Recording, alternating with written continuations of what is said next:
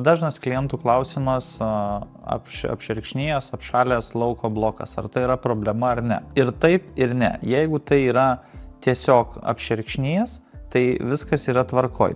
Toks jo yra veikimo principas. Tas šerkšnas jisai gali pasirodyti jau nuo +3 laipsnių ir į žemesnę pusę ir tikrai dėl to nieko daryti nereikia. Tai laikas nuo laiko jis automatiškai atsitirpins. Tuo tarpu, kai jis atsitirpina, jis nustoja šildyti viduje.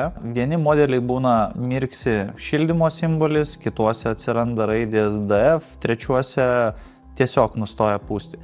Tai reiškia, tuo metu jis atsitirpdinėja. Jis nutirpina tą šerkšną ir per apačią lauko bloko visas tas vanduo, kondensatas jisai išbėga. Ir paskui vėl pasileidžia šildymo režimas ir tada viskas veikia taip, kaip veikia ir kaip turi veikti. Jeigu lauko blokas pasidengia storų ledo sluoksniu, taip kad tikrai kokių, sakykime, 3, 4, 5 cm storio, tada problema iš tikrųjų yra. Viena iš jų gali būti freono trūkumas, kita problema, ant jo kažkur tai bėga vanduo.